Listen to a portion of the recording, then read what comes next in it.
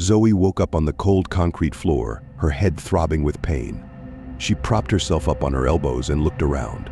For a 16-year-old high school student to wake up in darkness in an unfamiliar place, not remembering how she got there, was truly terrifying. In the dim light, she saw 6 people slowly regaining consciousness. The first to rise was a tall man in a police uniform. "Where are we?" she asked anxiously. The policeman looked around, his face tense. "I don't know. My name is Ethan. What's yours?" "Zoe," she murmured. One by one, the others came to their senses. Megan, a middle-aged housewife, began to cry softly, trembling with fear. Richard, a gray-haired man, tried to get up but stumbled and fell back to the floor. Oscar, a young firefighter, helped him up. "We're all here for some reason," Oscar said thoughtfully, surveying the room, which resembled an old abandoned bunker. "We need to understand why." Tracy, a law school student, looked hopefully at Ethan. "You're a policeman, Ethan. You must have some ideas." Ethan shook his head. "I know as much as you do. We need to stay calm and try to figure this out." Robert, a former convict, sat quietly in the corner, not participating in the conversation. His face remained impassive. "Let's start by exploring the room," Oscar suggested. "Maybe we'll find something that will help us get out of here." Everyone agreed, and the group began to inspect the bunker. The walls were concrete with no windows. In one corner, they found several flashlights, the number of which strangely matched the number of people who had awakened here. There was no visible way out. "What if we never get out of here?" Zoe asked fearfully. "We have to stick together," Ethan said firmly. "We will find a way out." Gathering in the center of the bunker, the group sat in a circle. The silence was broken by Megan's voice. "I've seen this bunker in my dreams," she said, her voice trembling. "Nightmares haunted me. I saw dark corridors and heard strange noises." "What did you hear?" Tracy asked, her face pale. Megan shuddered. "Whispers. As if someone or something was constantly watching me. And it wasn't just in my dreams. Sometimes I would wake up at night and hear the same sounds at home." Richard nervously rubbed his hands. "It can't be a coincidence. I had visions too, but I thought it was just my sick mind playing cruel jokes on me." "What did you see?" Oscar asked. "Shadows," Richard replied. "They were chasing me, trying to grab me. I heard screams, but I didn't know where they were coming from." Trembling with fear, Zoe added, "I had strange dreams too. I saw all of you. We were trapped here, and something was hunting us." Robert, who had been silent until then, unexpectedly spoke up. "I feel like this is not just a coincidence. Maybe we were all chosen for a reason." "But why?" Tracy exclaimed. "Why us?" "I don't know," Robert admitted. "But I think it's related to our fears. We must be careful and not panic." Ethan nodded. "We need to stick together and try to understand what's going on here. Fear is our main enemy now. We must be strong." The group exchanged anxious looks. No one knew what lay ahead, but one thing was clear: only by sticking together could they survive this nightmare. Ethan and Oscar decided to take the initiative and explore the bunker. Leaving the others in the central room, they armed themselves with flashlights and headed into the dark depths. The dim beams of the flashlights revealed massive concrete walls covered with mold. "We need to stay calm," Ethan said, trying to cope with his inner turmoil. "Panic won't help us." Oscar nodded, holding the flashlight in front of him. "Agreed. Let's check all the corners. Maybe we'll find something useful." They passed by several rooms filled with boxes and various items, but found nothing that could help them escape. Finally, they came across a small storeroom with shelves stocked with canned food and canisters of water. "At least we have food and water," Oscar said, examining the supplies. "That's something." Ethan inspected the storeroom but noticed something strange. "Do you hear that?" he asked, listening intently.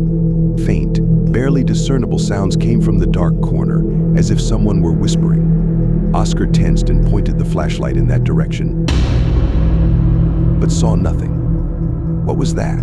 he asked, his voice trembling. "I don't know, but we need to be careful," Ethan replied. Something is definitely not right here. They decided to return to the others and share their findings. When they came back, Zoe and Tracy greeted them with concern. "What did you find?" Tracy asked. "Food and water supplies, but no way out yet," Ethan answered. "And we heard strange sounds. We need to stay alert." Robert frowned. "This place seems to have a life of its own. We need to stick together." The next day, the group decided to try to find an exit again. Megan, pulling herself together, suggested going with Ethan and Oscar. "Maybe if we act together, we'll succeed," she said, trying not to betray her fear. They explored the bunker further until they came across a narrow corridor leading to a massive metal door. "Maybe this is the way out," Ethan said hopefully. Oscar inspected the door. "Looks like an old emergency exit. We need to try to open it." Megan stepped closer, and at that moment, there was a loud click. The floor beneath her suddenly began to give way. Megan screamed and tried to grab onto something, but her hand slipped, and she fell into a deep pit hidden beneath the floor. "No!" Ethan shouted, rushing to the edge of the pit. Oscar held him back by the shoulders, preventing him from jumping after her. "She's gone. There's no saving her," he said quietly, peering into the abyss. "She's dead." Hearing the cries, the group rushed to help. When they saw what had happened, despair gripped them all. "What now?" Zoe asked, her eyes brimming with tears. "We can't stay here. We'll all die." Ethan clenched his fists, exhaling sharply. "We can't lose hope. We have to get out of here." But fear and despair had already begun to seep into the hearts of the survivors. Every movement, every sound now seemed like a threat. Hope for rescue dwindled with each passing minute, and Megan's death became a grim reminder that none of them were safe in this dark, abandoned bunker. After Megan's death, the atmosphere in the bunker became unbearable. People were on the verge of nervous breakdowns. Richard, feeling the stares of the others, finally spoke up. "I knew about this place," he began, his voice trembling. "Years ago, I worked for a construction company that was renovating old military bunkers. This bunker was one of those I knew about." Everyone froze, looking at him in astonishment. "You knew and said nothing?" Tracy exclaimed furiously. "What the hell, Richard?" Richard raised his hands, trying to calm her down. "I didn't think it was important. I didn't know there was something supernatural happening here. The bunker had been abandoned for years. No one had been here in ages." "You're lying," Robert shouted. "You knew and brought us here." "That's not true," Richard retorted sharply. "I ended up here against my will too, but I remember the workers talking about strange occurrences. They heard sounds and saw shadows, but no one believed them." Ethan frowned. "Why didn't you tell us this sooner?" Richard sighed. "I didn't want you to panic. I thought I could help find a way out. But now I realize I was wrong." Oscar clenched his fists. "We needed to know. Now it's even worse." A flash of anger swept over everyone. The atmosphere became tense, and every word from Richard only increased the tension. After Richard's revelations, the group began to split into groups. Zoe and Tracy stuck together, trying to stay away from the others. Ethan and Oscar tried to maintain order, but it was difficult. Richard became an outcast, his words haunting the others. During another exploration of the bunker, Zoe stumbled upon an old diary. She brought it to the central room and showed it to the others. "Look what I found," she said, opening the diary. "It contains entries from the previous inhabitants of this place." Tracy examined the pages, but part of the text is encrypted. "What are these symbols?" Ethan took the diary and flipped through the pages. "It looks like some kind of code. Maybe it will help us understand what's going on." Oscar nodded. "We need to decipher this cipher. Perhaps it holds the key to our salvation." But the more they read the diary, the more uneasy they felt. The entries spoke of people locked in this bunker, experiencing the same horrors and paranoia. "This place was playing with their minds," Zoe said thoughtfully.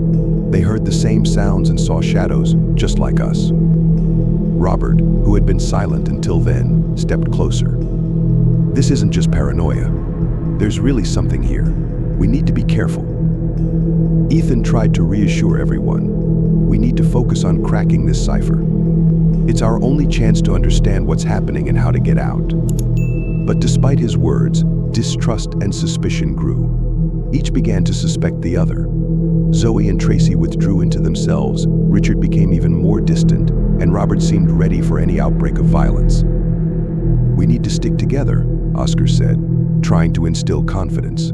"Division will destroy us." But his words sounded hollow. The group continued to slowly separate, and the dark corners of the bunker seemed increasingly threatening. Every moment of silence was interrupted by strange sounds, intensifying paranoia and fear. Hope for rescue faded with each passing day, and the group descended further into madness. The atmosphere in the bunker became unbearable. Quarrels erupted over any pretext. Distrust and paranoia consumed everyone. Ethan and Oscar tried to maintain order, but fear and despair overwhelmed the others. "We can't live like this," Zoe yelled, her voice trembling with anger and desperation. "We have to find a way out, or we'll all die here." "You think I don't know that?" Robert retorted sharply. "But someone here clearly knows more than they're saying." Richard frowned and raised his hands in protest. "I told you everything I knew. I ended up here against my will, just like you." "Enough," Ethan attempted to intervene. "Quarreling won't help us. We need to stick together and keep searching for a way out." Tracy, trying to maintain calm, approached Zoe. "We're all scared, but we need to stick together. Otherwise, this place will destroy us all." But her words seemed to fall on deaf ears. Quarrels and shouts continued, and tension grew with each passing minute. At one point, Robert lost control and lunged at Richard. "Confess," he shouted, clenching his fists. "You're hiding something." Ethan and Oscar rushed to separate them, but Robert was out of control. He pushed Oscar aside and continued to beat Richard until Ethan restrained him. "Calm down," Ethan yelled, struggling to hold Robert back. "This won't help anyone." After another outburst of violence, a heavy silence fell over the group. Robert seemed to calm down, but his eyes still flashed with lightning. He sat in the corner, silent, watching the others with suspicion. Night fell, and as everyone tried to get some rest, a strange sound echoed from the depths of the bunker. Robert got up, determined to investigate the source of the noise. He grabbed a flashlight and quietly left the room.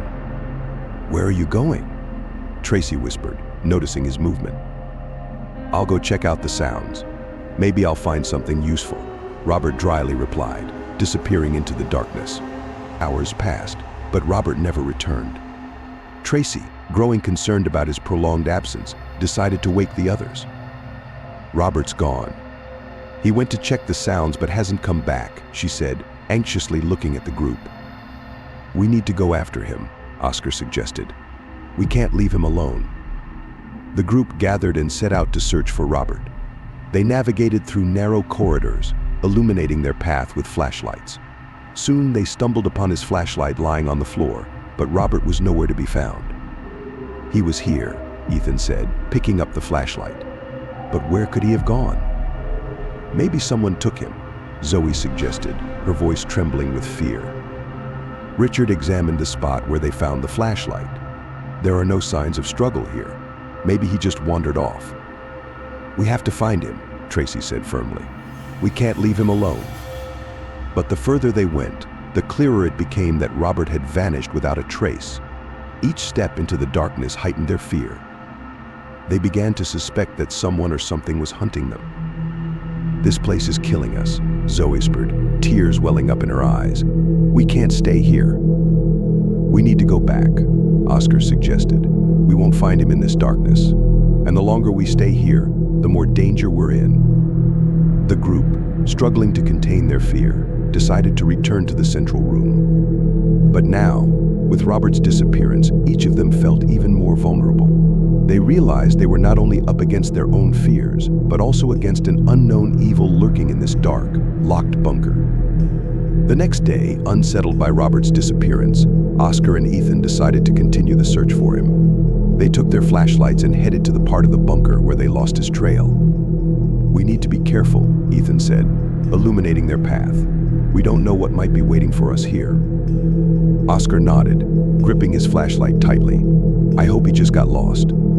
But something doesn't feel right, and it's bothering me." As they ventured deeper into the dark corridors, Oscar suddenly noticed something on the floor. It was Robert's body, and the sight was horrifying. His face contorted in agony, numerous signs of violence visible on his body. Blood stained his clothes, and his hands were twisted in unnatural positions. "Damn it," Ethan whispered, stepping back. "Who could have done this?" Oscar, looking at the body, struggled to hold back his nausea. It couldn't have been any of us, could it? They hurried back to the others to report their findings. When Zoe, Tracy, and Richard learned what had happened, the atmosphere in the bunker became unbearable. Fear escalated into panic, and everyone began accusing each other of murder. "This couldn't have been an accident," Richard said, scanning the others. "Someone among us did this." "You're out of your mind," Tracy exclaimed. "None of us could have done something like this. It's impossible." "But the fact remains," Ethan said, trying to maintain composure. "Someone killed Robert, and we need to find out who." "Maybe it was something else," Zoe suggested, her voice trembling. "Clearly something inexplicable is happening here." But their words only fueled the paranoia. Suspicion grew, and distrust ate away at the group from within. Soon after the discovery of Robert's body, each of them began hearing mysterious voices. They emanated from dark corners, whispering their names, causing their hearts to race with fear. "Do you hear it too?" Tracy asked Zoe, her eyes wide with horror. "Yes," Zoe whispered. "They're whispering my name. It's like someone's right beside me, but I see no one." Ethan, struggling to cope with the growing sense of horror, gathered everyone in the central room. "We must stick together. These voices are another trial, and we can't let them break us." But Ethan's words sounded hollow. The voices continued to torment them, filling their minds with terrifying whispers. Every corner of the bunker seemed alive, pulsating with evil. One day, while exploring another dark corridor, Zoe stumbled upon a door hidden behind a pile of old crates. She struggled to open it and stepped inside. The room was filled with strange drawings and inscriptions on the walls. They were scratched, drawn with blood and ink, and every detail seemed imbued with madness. "Ethan, Tracy," she shouted, calling the others. "You have to see this." They came to her, and upon seeing the room, froze. Richard, gazing at the drawings, turned pale. "This place," he whispered. "Clearly something terrible happened here. It's like a madman's diary." Tracy examined the walls. "These symbols, they resemble the ones in the diary. Maybe this is the key to solving the mystery." Ethan, studying the inscriptions, tried to make sense of them. "Perhaps these symbols really mean something. We need to understand what happened here to find a way out." But the voices continued to haunt them, even in this room. They grew louder, filling their minds with horrifying whispers. "We can't stay here," Zoe said, her voice trembling with fear. "This place is driving us insane." But despite the fear, they understood that they had to solve the mystery of these symbols. It was their only chance at salvation. The dark corners of the bunker concealed answers, and each step toward uncovering them became increasingly agonizing. Time in the bunker flowed according to its own rules. Cut off from sunlight, and with dwindling supplies of food and water, the group began to realize that their situation was growing more desperate. "We only have food for a couple of days at most," Ethan said, distributing the remaining rations. "We need to find a way out as soon as possible." "Water is running out too," Tracy added, looking at the empty jerry cans. "We won't last long without it." "We have to do something," Oscar said, his voice firm but desperation evident in his eyes. "We can't just sit here and wait for death." "Maybe we missed something," Zoe suggested, trying not to give in to panic. "Are there any parts of the bunker we haven't explored?" Richard furrowed his brow, trying to remember. "There are so many tangled corridors and rooms. Perhaps we did overlook something." "We'll split into groups and check every corner," Ethan decided. "We need to find something that will help us survive. Supplies, an exit, anything." The group divided, with each member setting out to search. Zoe and Oscar took one corridor, Ethan and Tracy another, while Richard chose to stay behind and try to decipher the symbols they had found.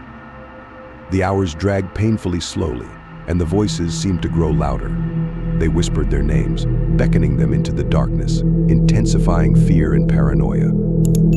"We need to hurry," Tracy said, surveying yet another empty corridor. "We're running out of time." Ethan nodded, trying to keep himself composed. "We have to find something, Tracy. We can't just give up."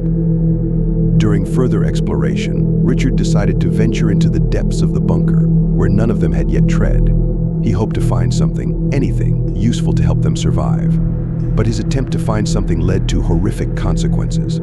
Unaware of a trap, Richard stepped on a hidden mechanism. The floor beneath him suddenly gave way, and he fell, breaking his leg. His cry of pain echoed off the bunker walls. "Richard!" Zoe yelled, hearing his cry.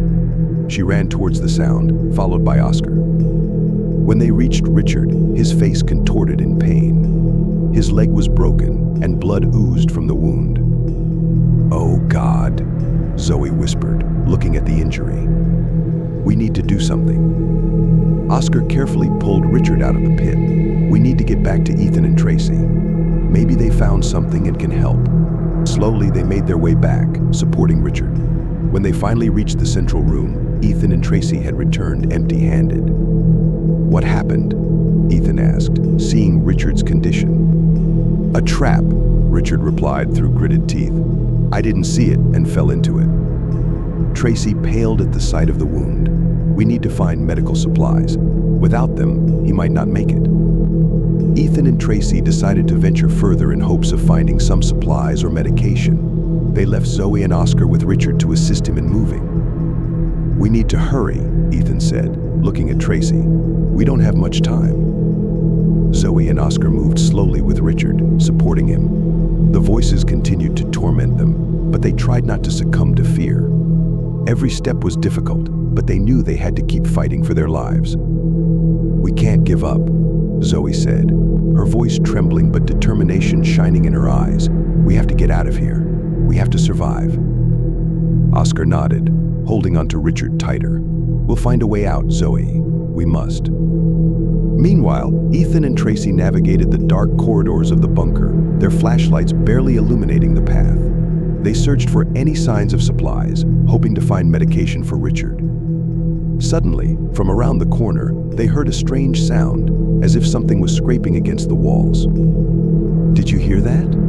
Ethan whispered, stopping in his tracks. Tracy nodded, her heart pounding faster. "Yes, there's something here. We need to be careful."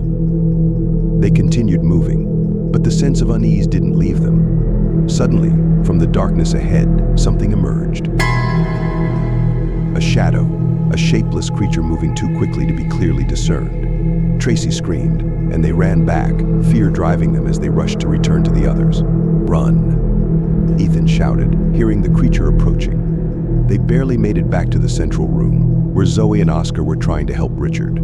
With horror on their faces, they explained what they had seen. "We saw something, some kind of creature," Ethan gasped, out of breath. "It was right behind us." Before they could catch their breath, the shadow appeared again. It moved swiftly and relentlessly, heading straight for them. Oscar tried to shield Richard, but the creature pounced on him with inhuman force. Richard screamed as sharp claws pierced his body. Blood splattered on the walls, and he fell, dead, at their feet.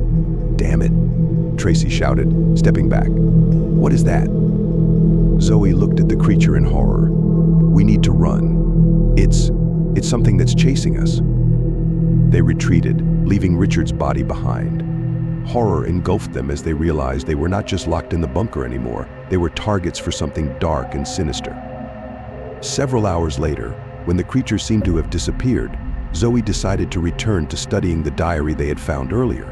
She hoped to find some clue to escape this nightmare. "I need to understand these entries," she said, flipping through the pages. "Maybe there's something here that will help us." The others looked at her hopefully. Ethan, sitting nearby, tried to calm down after everything that had happened. "You'll figure it out, Zoe. We have to find an answer."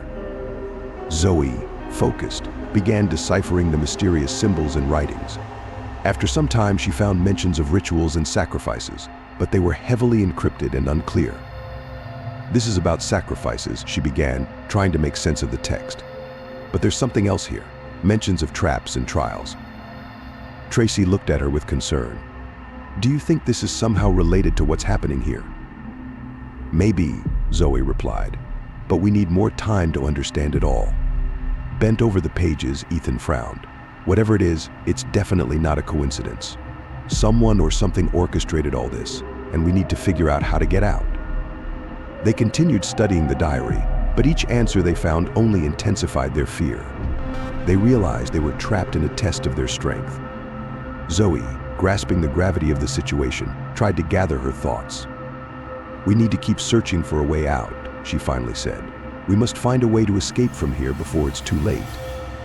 But the voices haunting them in the darkness wouldn't cease. They kept whispering, fueling their fear and paranoia. The bunker seemed to have a life of its own, enclosing them deeper into its dark depths. We'll make it, Ethan said, looking at his friends. We'll find a way out and get out of here. We must. With these words, they ventured into the depths of the bunker once again, armed with new determination and fear of what lay ahead. The silence in the bunker was deceptive. The group moved slowly, every rustle in the darkness making them flinch. Fear enveloped them, and no one dared to break the ominous silence. Suddenly, from the depths of the bunker came a familiar scraping sound. The shadow appeared again, moving with unnatural speed. It's coming back, Tracy cried, grabbing Zoe's hand. Oscar made an instant decision. Run. I'll hold it back. Oscar, no, Ethan shouted, but Oscar had already stepped forward, shielding the others. The shadow approached, and Oscar, clenching his fists, lunged at it. His body collided with the creature, and a struggle ensued. Oscar screamed in pain, but kept restraining the creature, giving his friends a chance to escape. Run, he shouted again as the creature began to pierce his body with its claws. Tears streamed down Zoe's face, but she knew Oscar was right. They couldn't afford to waste any more time, so they ran, leaving Oscar behind. The creature tore Oscar apart, but his sacrifice was not in vain. Ethan, Tracy, and Zoe managed to break free from that part of the bunker, leaving the horror behind. Several hours later, Zoe, Ethan, and Tracy stopped in one of the rooms to catch their breath. They were exhausted, both mentally and physically. Zoe returned to the diary, trying to find the final entries that might shed light on what was happening. It must be here, she whispered, flipping through the pages. Finally, she came across the last entry. This bunker is a trap created to test human will and spirit. There is no way out. Only the strongest will survive. Sacrifices are necessary to maintain order and balance. Zoe read aloud, her voice trembling. This is a trap. We are all here just to be tested.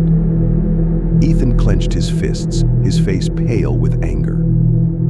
This is madness. Who could have thought of such a thing? Tracy shook her head, her eyes filling with tears. We are just pawns in someone's cruel game. Zoe continued to read, hoping to find some clue, but the further entries only confirmed their worst fears. Everything that happened in the bunker was planned in advance. We have to find a way out, she said, closing the diary. Against all odds, we have to try. Ethan nodded. We can't give up.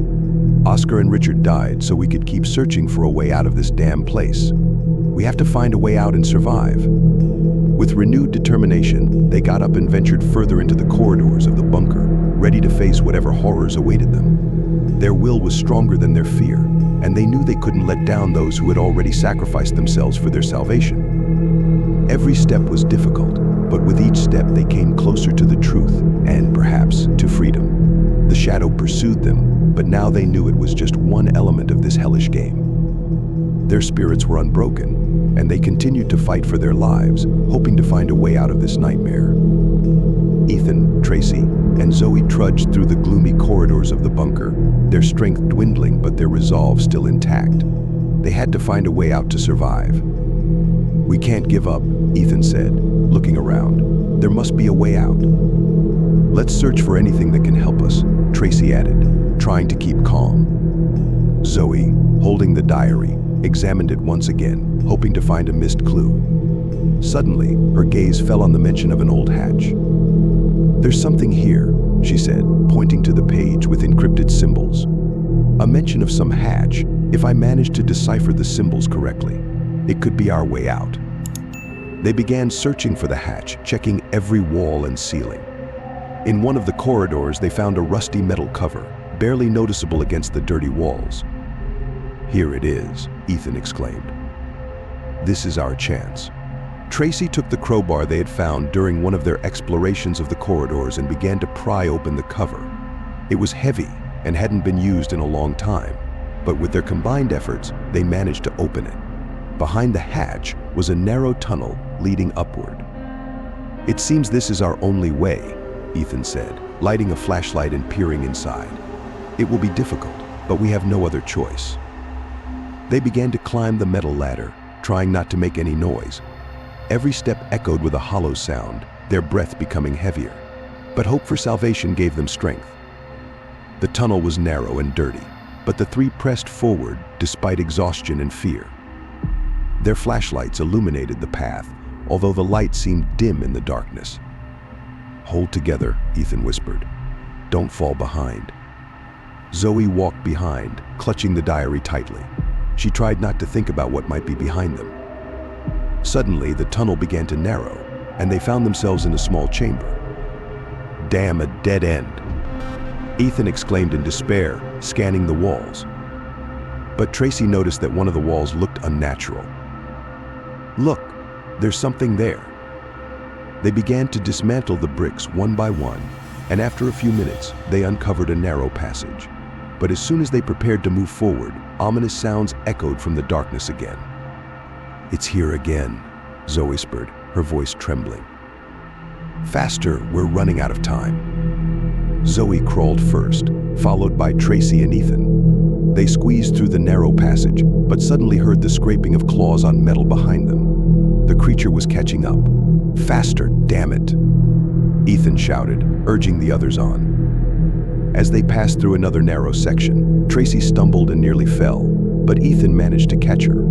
They kept moving until they reached the end of the tunnel. Before them was another hatch cover. "This must be the way out," Ethan said, exerting all his strength to open it. When the cover finally gave way, their eyes were blinded by bright light. They emerged outside, finding themselves in the forest. Ethan quickly closed the hatch behind them, not allowing the monster to escape.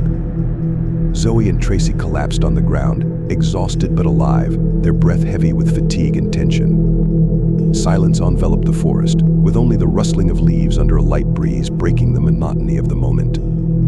Their faces were covered in dirt and blood, and their hearts still beat fast, reminding them of the fear and danger they had endured. But now, in this silence, echoed a hint of freedom. They had left hell behind, but they knew they would never forget those horrors. Tracy struggled to her feet, trying to gather her remaining strength. "We made it," she told herself, feeling relief and gratitude for every breath. Ethan, supporting her, surveyed the surrounding forest, as if looking for signs of danger. But here, among the trees, in the midday light, they felt safer than in the dark corridors of the bunker. "We're alive," Zoe thought as she looked up at the sky, seeing freedom in every cloud that floated above them. Her hand clutched the diary, a witness to their nightmarish journey. Despite exhaustion and the scars that remained on their bodies, they felt alive, strong, and ready for a new life. The scars of the past had become part of their story, a reminder that they had overcome them, but not defined them. "We are free," Zoe whispered, and their hearts responded to that whisper with a unanimous beat. Ethan took Zoe's hand and Tracy joined them. Together, they stood on the brink of a new beginning, ready to move forward despite all the difficulties that might await them ahead. The sun shone brightly, illuminating their path. They walked forward, embracing their new day with hope and determination. Their freedom was worth everything, and they made their choice to move forward, despite all the scars of the past.